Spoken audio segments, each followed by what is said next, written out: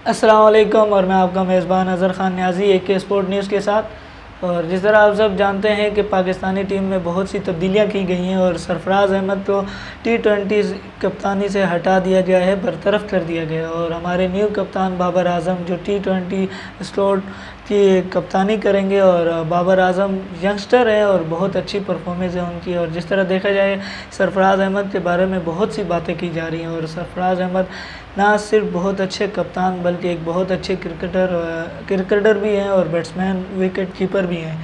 तो जिस तरह बात की जाए सरफराज अहमद के बारे में और श्रीलंका की बी टीम जो कज़ाफ़ी स्टेडियम में 3 रोज़ा T20 हुआ है उसमें पाकिस्तान को क्लीन स्वीप की है। और सरफराज अहमद पे बहुत सी बातें भी की जा रही हैं उस श्रीलंका टीम जो बी टीम है उन्हें विन होने के बारे में। तो जिस तरह देखा जाए कि सरफराज अहमद ने उससे पहले बहुत सी T20 में पाकिस्तान की टीम को फ़तह हासिल कराई है। और बात की जाए बाबर आज़म के बारे में तो बाबर आज़म नो डाउट बहुत अच्छे बैट्समैन है और हमें उम्मीद है कि बाबर आज़म भी इंशाल्लाह बहुत अच्छी परफॉर्मेंस दिखाएंगे और पाकिस्तानी टीम को लीड करेंगे बहुत अच्छे तरीके से। और जिस तरह हमने एक छोटा सा पैकेज तैयार किया है, आप वो देखें और फिर बात करते हैं।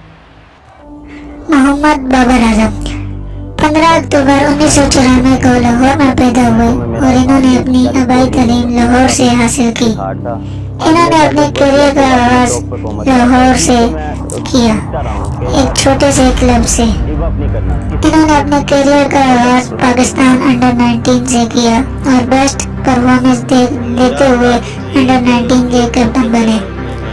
देखते ही देखते सिलेक्टरों की नज़र में आए और 7 सितंबर 2016 को इंग्लैंड के खिलाफ इन्होंने अपना डेब्यू मैच खेला। T20 मैचेस में इन्होंने 33 मैच खेल रखे हैं और 1290 रन बना रखे हैं, जिसमें इन्होंने 10 विकेटें भी बना रखी हैं और बेस्ट स्कोर 97 जो वेस्ट इंडीज़ की टीम के खिलाफ 2016 में नेशनल स्टेडियम में बनाए हैं। बैटिंग एवरेज इनका 49.61 है और स्कोर रेट इनका 126 है। T20 में इन्होंने 14 कैचेस पकड़ रखे हैं और 2 रन आउट भी कर रखे हैं। और अब 2019 में सरफराज अहमद की जगह ये T20 टीम की क़यादत करते हुए नजर आएंगे ऑस्ट्रेलिया टीम के खिलाफ। और हमारी नई ख्वाहिशात हैं कि अच्छी परफॉर्मेंस दिखाकर न सिर्फ अपना बल्कि पाकिस्तानी टीम का नाम रोशन करें और पाकिस्तान का झंडा बुलंद करें। There we go! What a century from Babar Azam under pressure.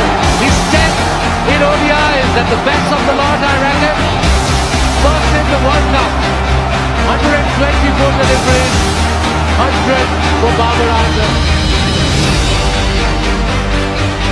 He showed his true class. He's a special player.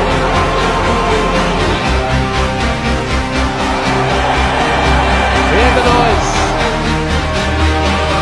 ये पैकेज आपने देखा और जिस तरह आपने देखा कि पाकिस्तानी टीम ने 37 मैचेस खेले हैं और 37 मैचों में पाकिस्तान 29 मैचों में कामयाब हुआ है और 8 मैचों में जिन्हें वो मुखालिफ टीम में शिकस्त दी है।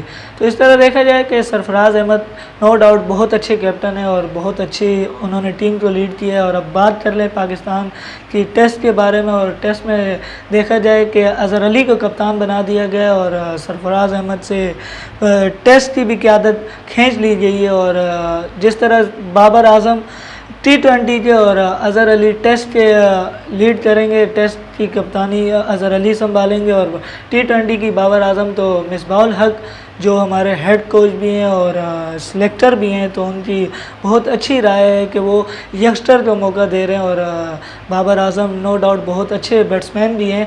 माया जाए तो नो डाउट शर्जील खान बहुत अच्छे बैट्समैन है और बहुत ही यंगस्टर पावर हिटर बैट्समैन है। तो हमें चाहिए कि हम एक दो फिर जिस तरह मोहम्मद आमिर को हमने चांस दिया उस तरह हमें चाहिए कि हम शर्जील खान को भी चांस दें और एक मौका दें।